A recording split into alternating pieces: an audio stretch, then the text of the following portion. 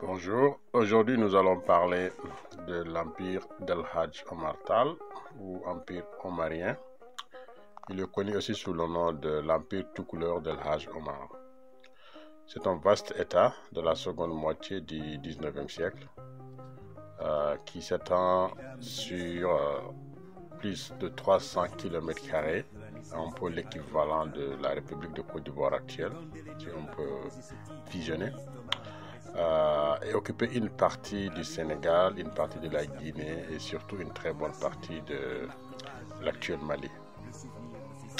Alors il faudra préciser, avant d'aller loin, rappelons que le terme tout couleur, qui n'est pas le terme utilisé par les populations de la moyenne vallée du fleuve, où est originaire El Hadj Omar, c'est un terme qui vient de l'ancien royaume du Tekuru, fondé vers le 3e siècle après Jésus-Christ, par des peuples vivant donc dans la moyenne vallée du fleuve, qui ont migré venant de l'Est, comme beaucoup de populations africaines d'ailleurs. Il s'étendait d'est en ouest, donc le Tekuru, pratiquement en pays Wolof, dans les environs de Dagana, et puis à l'est, en pays soninké, dans les environs de Bakel. Donc tout ce qui est compris entre les deux au milieu est désigné sous le terme de Tekuru avant de devenir le Fouta des Almamis. Et puis voilà, aujourd'hui c'est la région de Matam, une partie de la région de Saint-Louis. Du nord au sud, des deux rives de la vallée du fleuve, entre les régions, donc une partie donc de la Mauritanie actuelle, notamment les régions de Brahna, de Trarza, de Guidimaka. De l'autre côté, les limites, c'est le Ferlo sénégalais. Le royaume du Tekuru a successivement appartenu à aux trois grands empires du Moyen-Âge africain, à savoir l'empire du Ghana. Le Tekuru a été pendant très longtemps donc une dépendance du Ghana et il va se libérer seulement au XIe siècle avec Wardjabi. Ça c'est une longue histoire que nous ne pourrons pas rentrer dans les détails ici, mais c'est important. Et ensuite il a été sous l'empire du Mali et aussi sous le Songé. Donc c'est vraiment et même plus tard une partie de l'empire du Jolof également, avant de devenir aussi indépendant.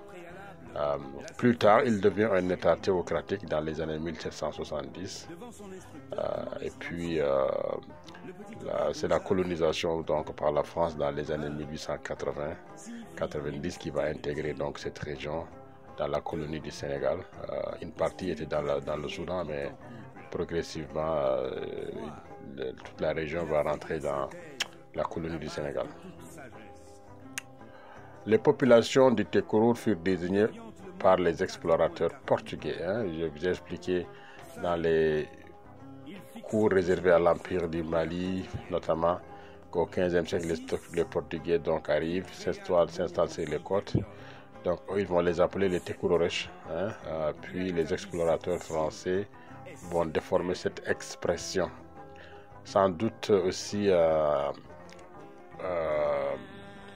de la façon dont ils l'ont écrit, mais également de la façon dont ils l'ont prononcé, ça deviendra tout couleur. C'est sûr que ça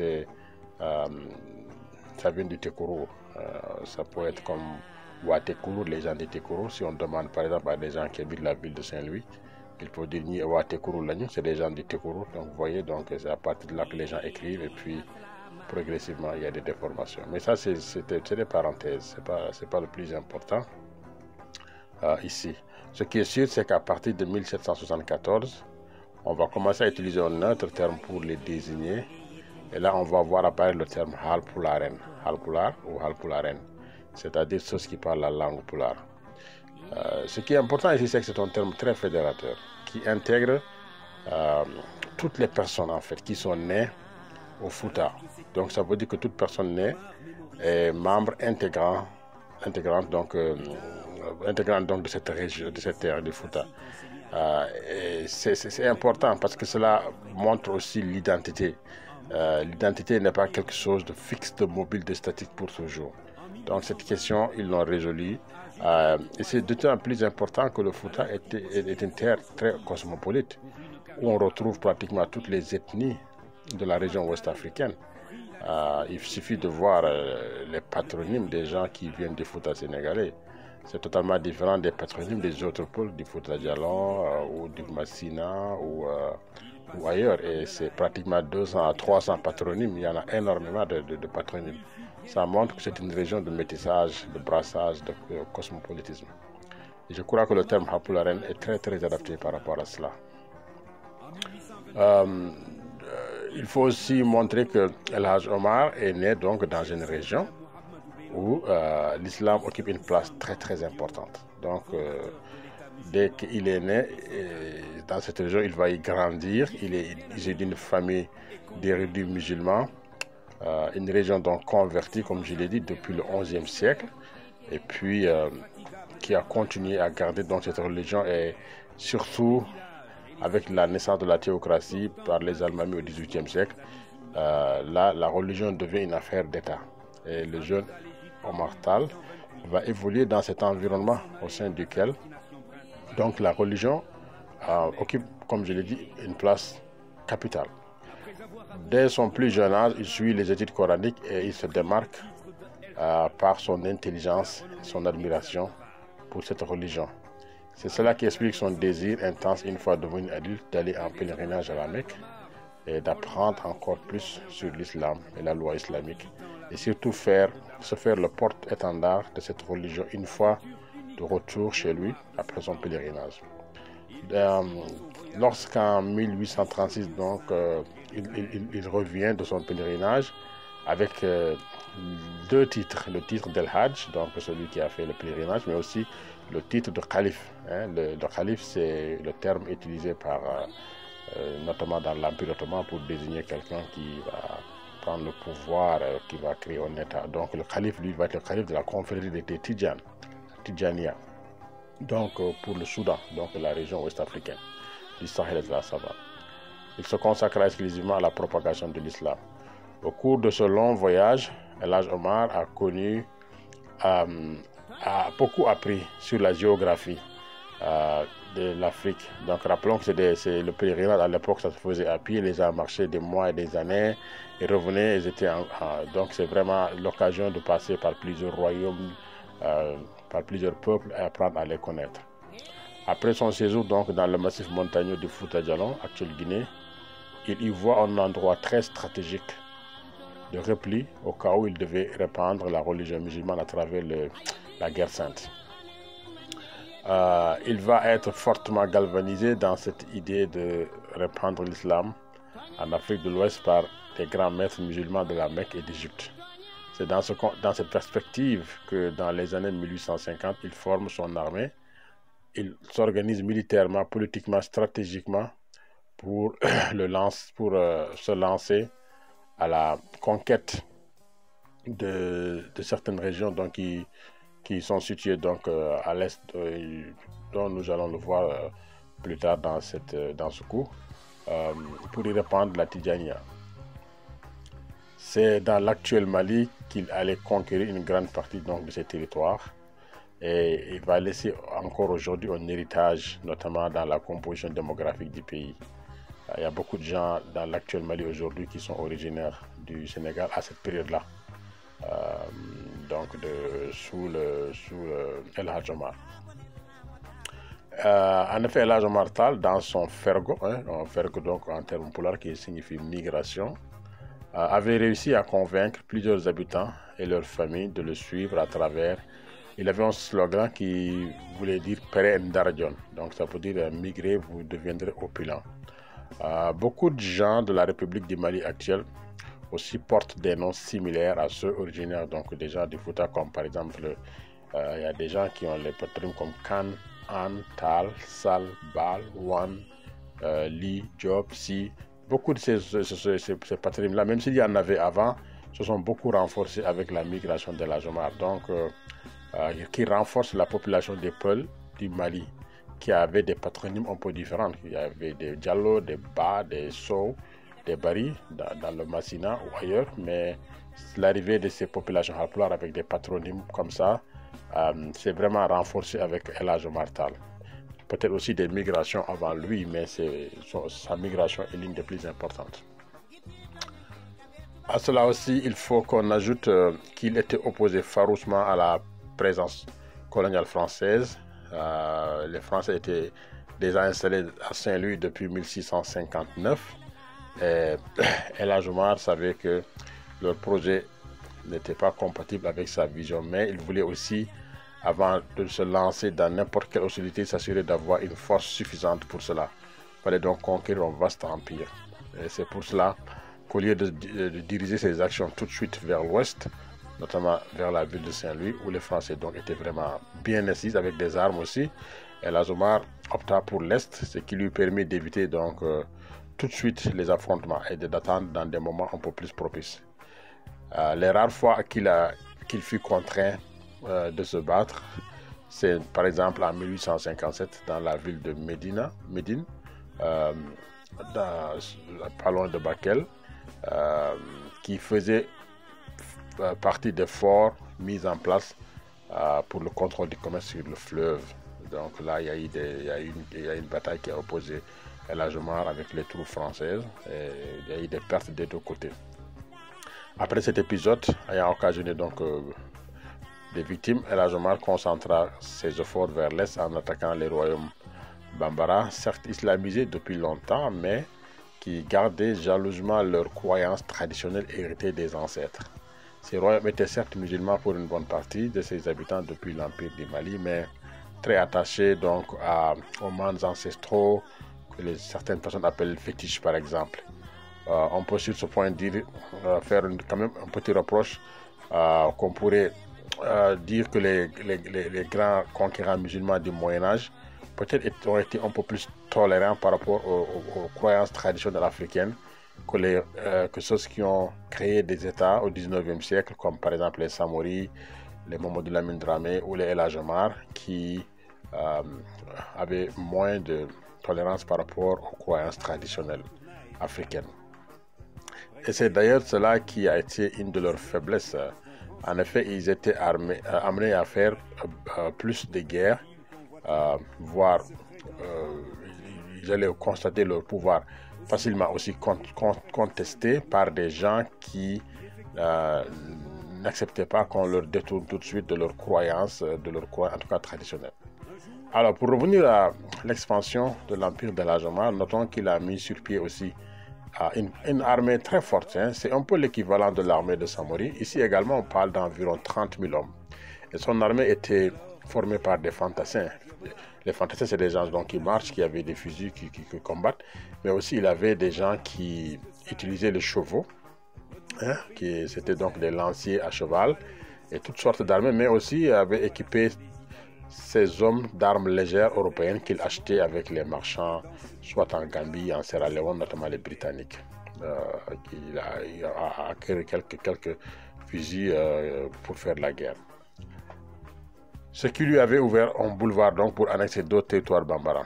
Après avoir conquis le royaume de Karta, par exemple, dans les années 1856, il va aussi attaquer Ségou, le royaume de Ségou, qu'il va conquérir en 1861.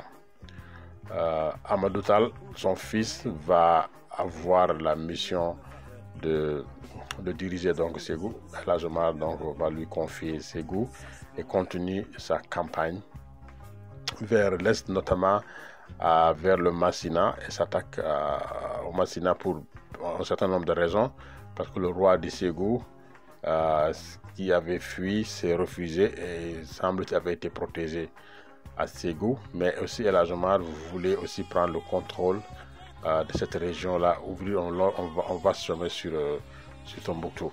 Donc là, il ne va pas avoir face seulement avec des populations qu'il reprochait d'avoir des croyances traditionnelles, mais c'est des populations peules d'une théocratie musulmane, du Massina, auquel il va faire la guerre. Et il va battre le Massina également et reprendre le contrôle avant qu'une coalition se lève du côté de Tombouctou. Et puis l'offensive va être fatale aussi. C'est dans les environs de Déguembéré, près de Bandiagara, où en 1864 il disparaît, dans l'explosion de ses réserves de poudre, dit-on. D'autres versions disent qu'il a disparu mystérieusement. En tout cas, on ne l'a pas revu, on n'a pas trouvé ses restes, par exemple. Mais ceci n'a pas empêché l'Empire d'exister. Et les successeurs, donc, à savoir ses fils et ses neveux, ont continué le combat et ont consolidé l'Empire. C'est ainsi que Tidjani, par exemple, son neveu prit la succession à Bandiagara, ville célèbre, là même donc où Amadou Hampâté-Bâ, le grand traditionnaliste écrivain, est né. À Ségou, comme j'ai dit, c'est Ahmadou Tall, son fils, qui va prendre le relais, mais il y avait d'autres membres de sa famille qui étaient à la tête d'autres royautés. Mais ça va créer aussi un problème parce que les Bambara voulaient retrouver leur souveraineté. Et dans les années 1880-90, comme on le sait, c'est la course vers l'Afrique par les Européens, la fameuse ruée vers l'Afrique. Et dans ces moments-là, les populations Bambara voyaient aussi aux Français qui arrivaient dans la région comme des personnes qui pouvaient les libérer. En fait, certains les ont accueillis comme des libérateurs. Avant cette nouvelle, donc, l'Empire avait commencé aussi à s'affaiblir à raison de petits conflits de pouvoir, qu'on peut noter un peu partout. Mais malgré cela, quand même, Amadou Tall avait tenu bon. Il resta déterminé à lutter contre la colonisation. Sa tactique était très claire. Il attaquait quand les circonstances lui sont favorables et négociait quand les difficultés surviennent. Ça rappelle un peu aussi la tactique de Samori à la même période. C'est ainsi qu'en 1879-80, il retient prisonnière pendant près d'un an la mission commandée par Gallieni. Gallieni, c'était un des grands officiers français qui a fait l'Afrique de l'Ouest, d'abord le Sénégal, le Soudan, et ensuite il s'est retrouvé en Indochine et à Madagascar. C'est vraiment un des plus grands officiers de la colonisation française, lui-même ici d'une immigration d'Italiens, puis devenu français. Donc Gallieni ne peut obtenir de lui un traité reconnaissant le protectorat français. Après avoir entretenu quelque temps des rapports pacifiques avec la France vers 1887-1888, il reprend les raies, mais fut chassé de Ségou par le colonel Archinard. Archinard était venu beaucoup plus près avec beaucoup de contingents de soldats que nous appelons les tirailleurs sénégalais, qui sont formés au Sénégal mais aussi dans tous les territoires conquis, qui étaient payés, équipés militairement. C'est ça que la France coloniale utilisait pour détruire les empires africains. Donc prendre des gens dans des ethnies différentes, dans des endroits, dans des régions, les amener dans d'autres régions. Je travaille sur ça d'ailleurs sur ma thèse, je travaille sur ceux qui ont été envoyés à Madagascar. Imaginez-vous prendre des gens de l'Afrique de l'Est, les envoyer dans l'océan Indien à Madagascar et leur donner des fusils, puis les payer de l'argent. Le travail est vite fait. Donc Amadou quand même refusa et il se refusa finalement très loin dans une colonie britannique à Sokoto, où c'est l'Empire Peul aussi qui est là et il va trouver la paix. C'est d'ailleurs là-bas qu'il est mort, au Nigeria. L'empire d'El Hadj Omar, bien qu'éphémère, a créé une certaine dynamique dans la région ouest-africaine, à savoir des migrations et un brassage ethnique des populations prêtes à combattre les colonisateurs et surtout réaliser que finalement, elles avaient un destin commun et elles étaient toutes pareilles. Et que leur vrai ennemi était celui qui est venu au-delà des mers. C'est en ce moment donc que les Bambara, qui avaient même pris les Français comme libérateurs, vont réaliser qu'ils avaient un ennemi commun avec aussi les ennemis désignés, en fait, comme ils appelaient les couleurs de la Jomar. Il leur fallait donc taire ces divergences, s'unir ensemble car comme dit le proverbe, c'est dans notre propre enfer que nous devons chercher notre paradis. Donc c'était des moments très difficiles pour le Soudan français. De toutes les façons, même les royaumes Bambara vont être défaits, Ségou, Karta. Et puis en 1895, on va créer l'AOF, puis la colonie du Haut-Sénégal, Niger, puis le Soudan français. Donc, c'était pas des vrais alliés pour les Bambara non plus. Dans les dernières années, donc de ces années 90-là, commençait ainsi à naître une vraie prise de conscience que finalement Peul, Bambara, Dogon, Soninké, etc. étaient tous des frères et sœurs condamnés à vivre ensemble. C'est aussi cela qui explique la forte solidarité et l'unité des habitants de cette région du Mali, qui aujourd'hui, on voit, constitue un peuple uni, fier, qui défie l'ennemi ensemble, qui défie le colonisateur et l'impérialiste ensemble. Parce qu'il n'est pas possible de comprendre l'histoire du Mali actuelle, les événements qui se passent, la forte cohésion, si on ne fait pas un saut dans l'histoire du Mali. Et l'empire d'El Hadj Omar est très très important, l'empire de Samori est très important, les royaumes Bambara, de Karta, Ségou, Kénédougou, Bélédougou, tout ça c'est très important pour voir cette dynamique qui a créé l'homo-malianisme, donc un type malien fier, avec des valeurs de dignité, de solidarité, de bravoure, hein, parce que ça a été une terre où il y a eu beaucoup de remous, beaucoup de grandeur aussi, de gloire, depuis les grands empires jusqu'à pratiquement aujourd'hui. Donc c'était un peu intéressant aussi de noter cela et puis de montrer qu'à la fin du 19e siècle, il y a eu des grands empires qui n'ont pas pu durer à cause de la colonisation européenne avec des canons, des mitrailleuses, des armes sophistiquées, mais qu'il y avait des souverains très très déterminés, très courageux, qui voulaient construire des États en partant du prétexte qu'ils ne pouvaient utiliser que la religion pour cela, parce que on ne sait pas comme le contexte actuel où il y avait des partenaires où on pouvait s'allier. Par exemple, aujourd'hui, nous avons la Russie, la Chine, d'autres puissances pour contrer d'autres puissances. À l'époque, ce n'était pas possible. Autre chose également, c'est soit on s'allie, on trahit son peuple, ou on se bat avec des gens qui ont des canons, et puis finalement, après tout, on va perdre, mais même si c'est de façon digne. Donc, c'est ça qui faisait que les gens avaient plus de facilité à recourir aux religions, notamment ici, donc la religion musulmane très répandue, et utiliser ça comme arme pour se battre contre l'ennemi. Et c'est cela aussi que les colonisateurs désignent souvent comme terme de djihadistes, les présentant les États théocratiques africains comme des djihadistes méchants qui font du mal, alors qu'eux-mêmes, ils ont utilisé la religion, les Européens ont utilisé la religion pour dominer le monde. Déjà, quand ils ont reçu le christianisme, ils l'ont européanisé. Hein, ils ont européanisé le christianisme, ils l'ont rendu catholique, ils l'ont rendu protestant, ils l'ont rendu anglican.